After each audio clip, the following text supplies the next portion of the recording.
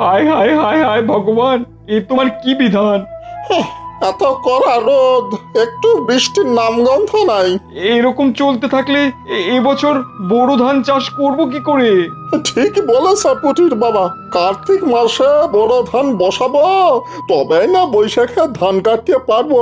এদিকে এদিকে সেচ করে জমিতে জল আনতে গেলে অনেক খরচা, অনেক অর্থের প্রয়োজন। কি করে যে কি হবে আমি বুঝতেই পারছি না। আর বললো না, এবারে দুর্গা পূজায় আমার ছেলেকে জামা কিনে দিতে পারিনি। ও টানাটানি চলেছিল গো। ভেবেছিলাম কালী পূজার সময় কিনে দেবো, কিন্তু এখন যদি অর্থ ব্যয় করে শেষ করতে হয় তাহলে কি হবে? হ্যাঁ, আমিও তো ভেবে কুল কিনারা খুঁজে পাচ্ছি না। আমি বলি কি পুটির বাবা, চলো না আমরা বরং মহারাজকে গিয়ে আমাদের এই দুঃখের কথা বলি, কি বলো? হ্যাঁ হ্যাঁ হ্যাঁ, তাই তাই চলো তাই চলো তাই চলো।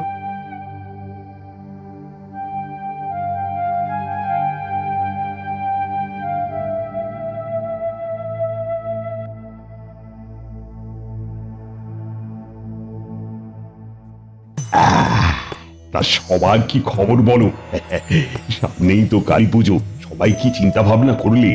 মহারাজ, আমার এই রাজ্যের চাষি ভাইদের নিয়ে বেশ চিন্তা হচ্ছে। এবারে বোরো ধান চাষের জন্য তো তেমন ভাবে বৃষ্টি হলো না। ওরা কিভাবে চাষ করবে, কি খাবে, কিছুই বুঝতে পারছি না মহারাজ। এটা তুমি তো ঠিক কথাই বলেছো।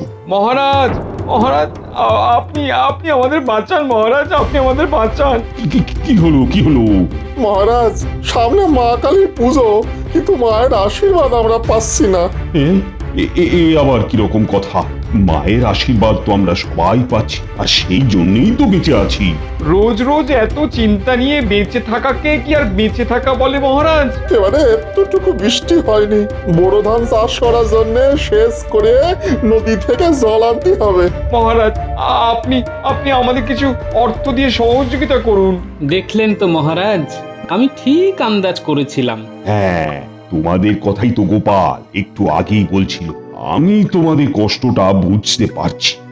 মহারাজ, আপনি যখন আমাদের যন্ত্রণা বুঝতে পেরেছেন, তখন আমাদের কিছু অর্থ সাহায্য করুন না মহারাজ।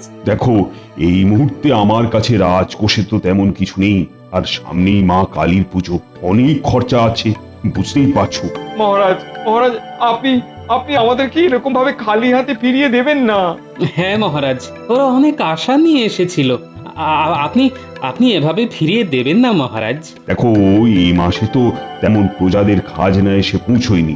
আমিও তাই কিভাবে তোমাদের সহযোগিতা করব সেটাই বুঝতে পারছি না। মহারাজ, আমরা তো এই সমস্যার ব্যাপারে নবাব বাহাদুরকে বলতে পারি। না না, তাতে আরো হিতে বিপরীত হতে পারে। নবাব বাহাদুর সব সময় সুযোগের সদ্ব্যবহার করবেন বলে ওঁত পেতে থাকেন। গোপাল এটা একদম ঠিক কথা বলেছে। আমাদের রাজ্যের অভ্যন্তরের সমস্যার কথা নবাবকে জানালে নবাব হয়তো আগ্রাসী হয়ে উঠবেন।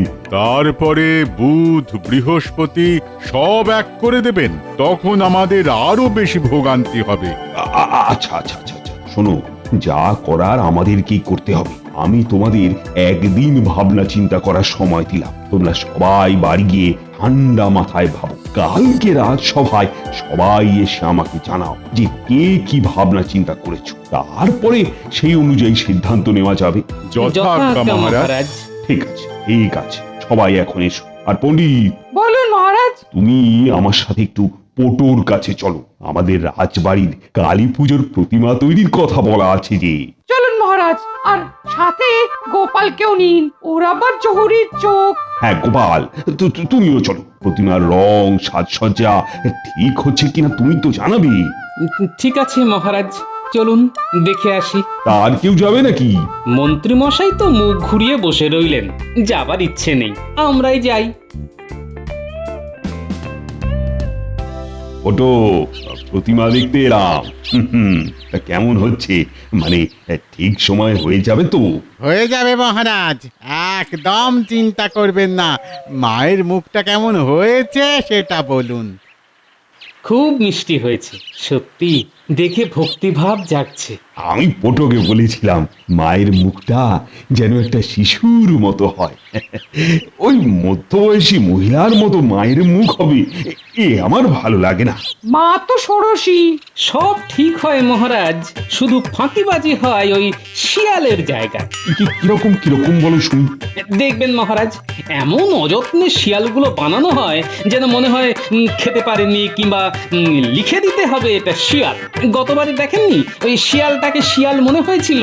একটা মাটির ঢেলা, শুধু মুখের দিকে চেরা আছে আর ওখানে রক্তের দাগ, ব্যাস শিয়াল হয়ে গেল।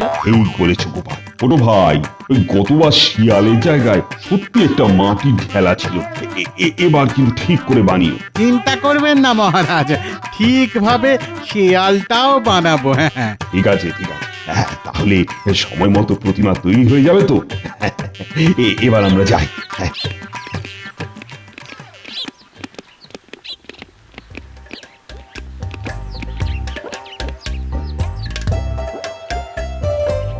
কি গোপাল, আরে কি চিন্তা করছো? মহারাজ, সবসময় চাষিদের কথাগুলো কানে বড় বাজছে মহারাজ। আমারও কষ্ট হচ্ছে, কিন্তু বুঝলে গোপাল, রাজকোষের অবস্থা তো খুব খারাপ। আচ্ছা গোপাল, কি করে এই অবস্থা থেকে চাষিদের উদ্ধার করা যায় একটু ভাবুন। আজ সারা রাত ভাবো, কালকে রাজসভায় সবার সঙ্গে এটা নিয়ে আলোচনা করব। একটা কিছু উপায় ঠিক বেরিয়ে আসবে। ঠিক আছে মহারাজ, দেখি যেমন করেই হোক চাষিদের এই অবস্থা থেকে বাঁচাতেই হবে।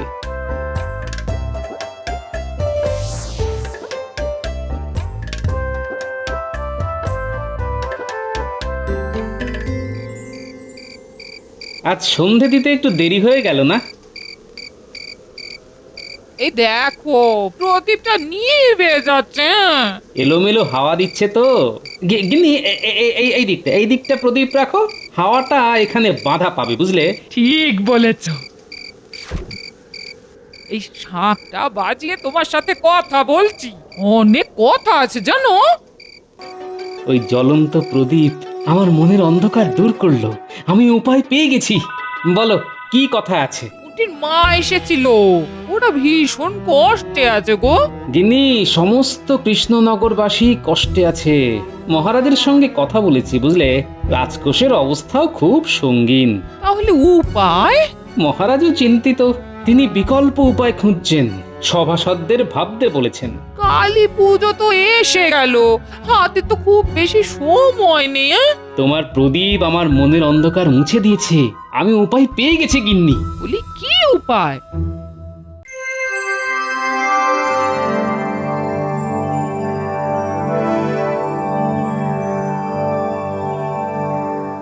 মহারাজ, আমাদের কৃষ্ণনগর কোন শিল্পের জন্য বিখ্যাত? কেন, মৃৎশিল্প।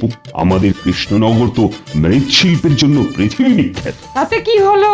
মহারাজ, হাতে যেটুকু সময় আছে সেই সময়টুকু যদি ঠিকঠাক ব্যবহার করি, আমরা দরিদ্র চাষিদের পাশে দাঁড়াতে পারবো মহারাজ। আমরা মাটির প্রদীপ বানাবো এবং বাইরের রাজ্যে রপ্তানি করব। আমাদের বানানো মাটির প্রদীপ লোকের কাছে সমাদৃত। সবাই কৃষ্ণনগরের মাটির প্রদীপ নেবার জন্য বসে থাকে মহারাজ। এতে করে ঘরে ঘরে মাটির প্রদীপ কুটির শিল্প হিসেবে আবার ছড়িয়ে পড়বে। বুঝতে পেরেছি। খুব খুব ভালো প্রস্তাব, তাহলে লেগে পড়ো। আমি কাজ শুরু করে দিয়েছি মহারাজ, আমার ঘর থেকে। ঘর থেকে মানে? কাল সন্ধ্যায় আমার গিন্নি যখন তুলসী তলায় প্রদীপ জ্বালাচ্ছিল, তখন সেই মাটির প্রদীপ দেখে আমার মাথায় এই পরিকল্পনাটা এলো মহারাজ। হ্যাঁ, আর সঙ্গে সঙ্গে তুমি কাজ শুরু করে দেবার কথা চিন্তা করলে। হ্যাঁ মহারাজ, সকালবেলায় আমি আমার বানর সেনার বাড়ি বাড়ি গিয়ে তাদের বাবা মাকে এই মাটির প্রদীপ তৈরি করার ব্যাপারে উৎসাহ দিয়ে এলাম। আমার বাড়িতেও মাটির প্রদীপ তৈরি হচ্ছে। এই রকম ভাবে কৃষ্ণনগরের প্রতিটা বাড়িতে কুটির শিল্পের মতো তৈরি হোক মাটির প্রদীপ। সেই মাটির প্রদীপ আমাদের অন্ধকার জীবনে আলো জ্বালাবে মহারাজ। খুব ভালো প্রস্তাব গোপাল। আমি তোমার কাছে কৃতজ্ঞ যে খুব কম সময়ের মধ্যে একটা বিকল্প পরিস্থিতি তৈরি করতে পেরেছো বলে। মহারাজ, এইবার এই মাটির প্রদীপ তৈরির বিষয়টা ঢেঁড়া পিটিয়ে সবাইকে জানিয়ে দিন। আমি এক্ষুনি শুরু করে দিচ্ছি গোপাল। মা কালীর আশীর্বাদে সবার ঘরে হেমন্তের ধান যেন পূর্ণ হয়ে ওঠে।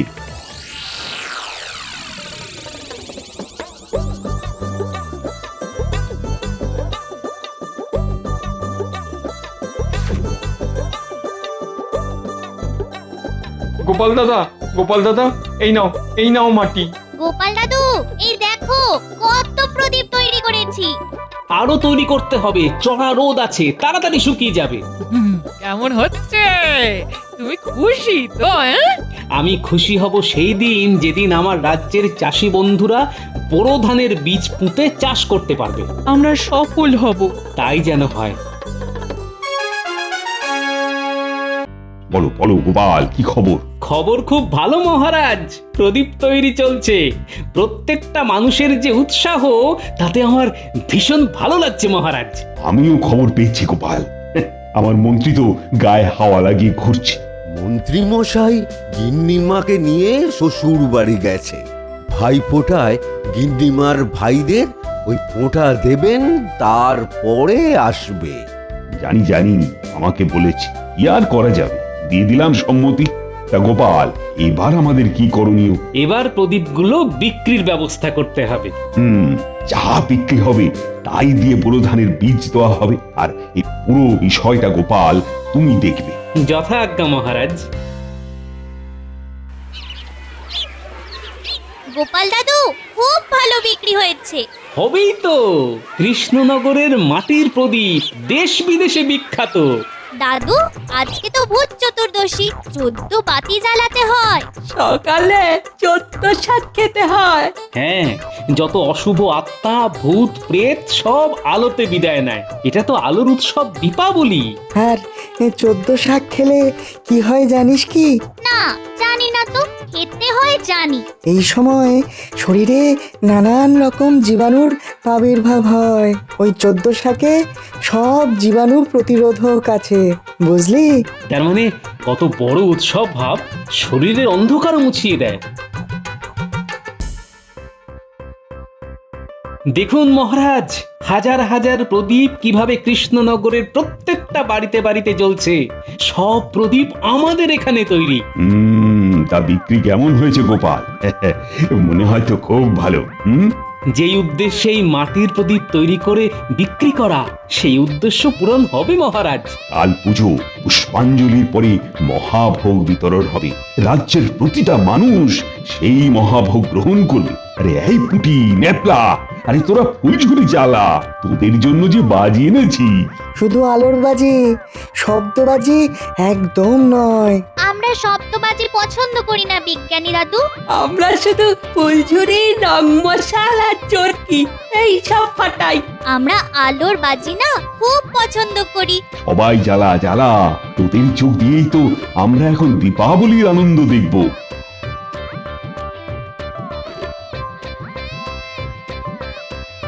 দেখছেন মহারাজ, আমাদের ছোটবেলা এখন এদের হাতে।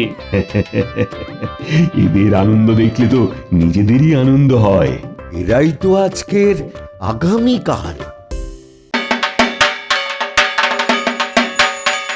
ওম সর্বমঙ্গল মঙ্গলে শিবে সর্বত্র সাধিকে শরণ্যে ত্র্যম্বকে গৌরী নারায়ণী নমস্তুতে। সৃষ্টি স্থিতি বিনাশনং শক্তিভূতে সনাতনী গুণাশ্রয়ে গুণময়ে নারায়ণী নমস্তুতে। শরণাগত দিনাত্র পরিত্রাণোপরায়ণে সর্বস্বার্থী হরে দেবী নারায়ণী নমস্তুতে। মহারাজ, রানীমা, ফুল মায়ের পায়ে দিয়ে দিন।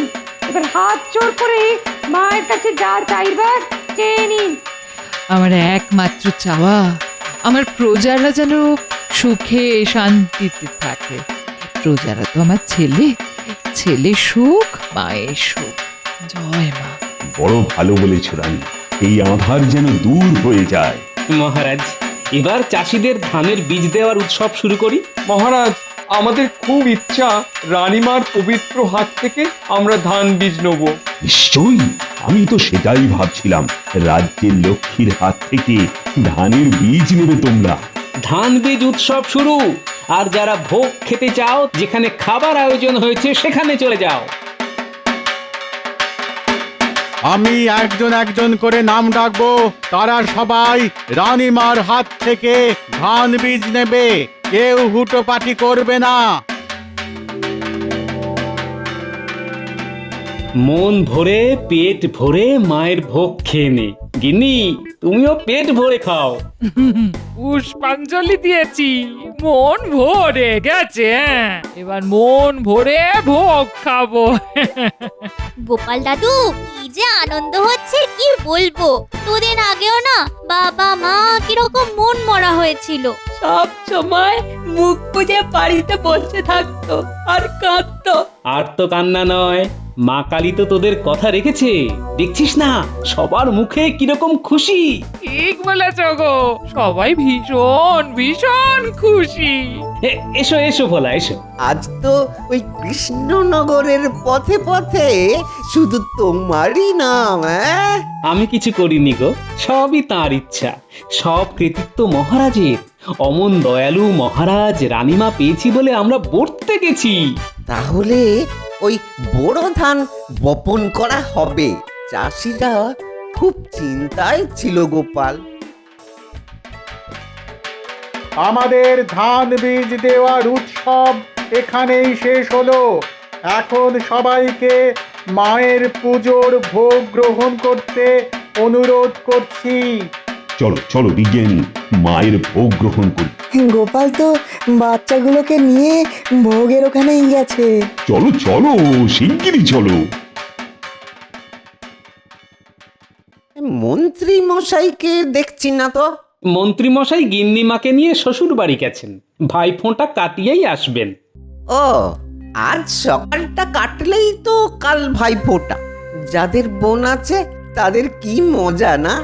বোনের হাত থেকে ফোঁটা নেওয়া আমার আর হলো না।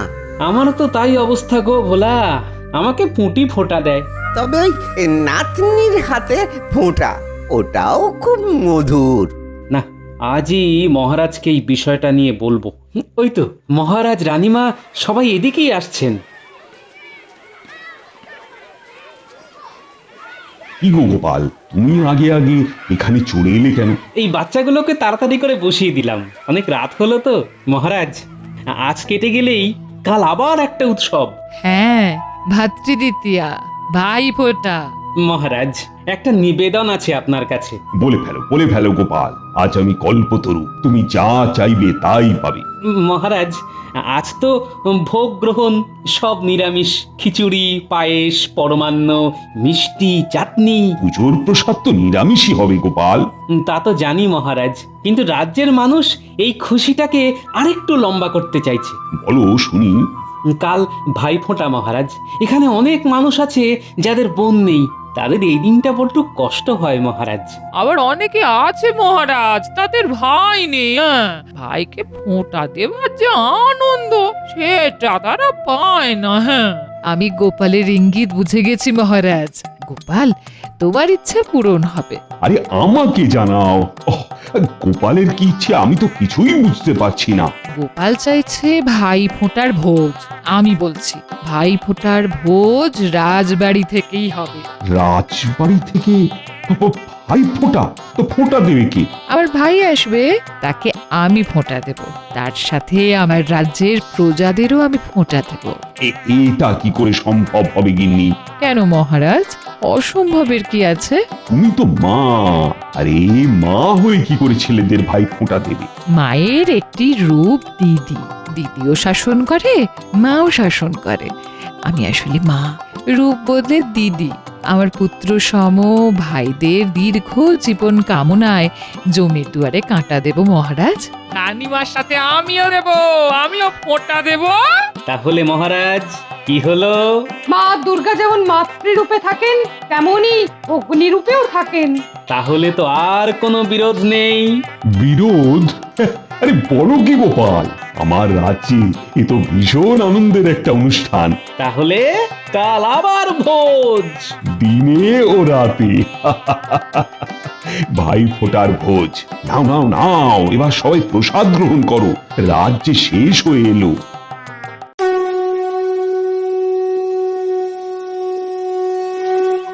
তোরা সব ঠিক করে বস, আমি তোদের একে একে 4 জনকেই ফোঁটা দেব। আমি ঠিক করে সোজা হয়ে বসেছি, দে আমাকে ফোঁটা দে। আমার খুব খিদে পেয়েছে। দে রে পুটি দে, তাড়াতাড়ি ফোঁটা দে। দিচ্ছি মহারাজ। আচ্ছা পেটুগ্রাম তো তুই এই নে। মন্ত্রটা জানিস তো?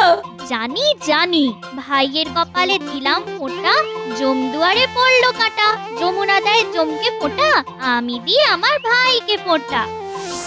ভাইয়ের কপালে দিলাম ফোঁটা, জম দুয়ারে পড়লো কাঁটা, যমুনা দেয় জমকে ফোঁটা, আমি দিই আমার ভাইকে ফোঁটা। রানীমা, কাঁদছো কেন গোপাল, কি হয়েছে? আমার আমার মা ছিল না রানীমা। রানীমা, আপনি আপনি আমার মায়ের অভাব পূরণ করেছেন রানীমা। আর আর আজ আপনি আমার দিদির অভাবও পূরণ করলেন রানীমা। আমি আমি কি ভাগ্যবান রানীমা। নাও গোপাল, মিষ্টিটা খেয়ে নাও, এবার ভোলা তোমাকে ফোঁটা দেব। তোমাদের সবার ফোঁটা নেওয়া হয়েছে, এবার আমার পালা। গোপাল গিন্নি, দাও, তুমি তোমার মহারাজকে ফোঁটা দাও। তারপরে আমি দেব। তারপর আমি দেব মহারাজ, আমার হাতে ফোঁটা নেবেন তো? সে কি, কেন নেব না? আমি তো ফোঁটা নেবার জন্য বসে আছি। আমি তো ভাগ্যবান গোপাল। প্রথমে বোনদের হাতে ফোঁটা, তারপর নাতনির হাতে ফোঁটা। এই ভাইয়ের কপালে দিলাম ফোঁটা, জম দুয়ারে পড়লো কাঁটা, যমুনা দেয় জমকে ফোঁটা, আমি দিই আমার ভাইকে ফোঁটা।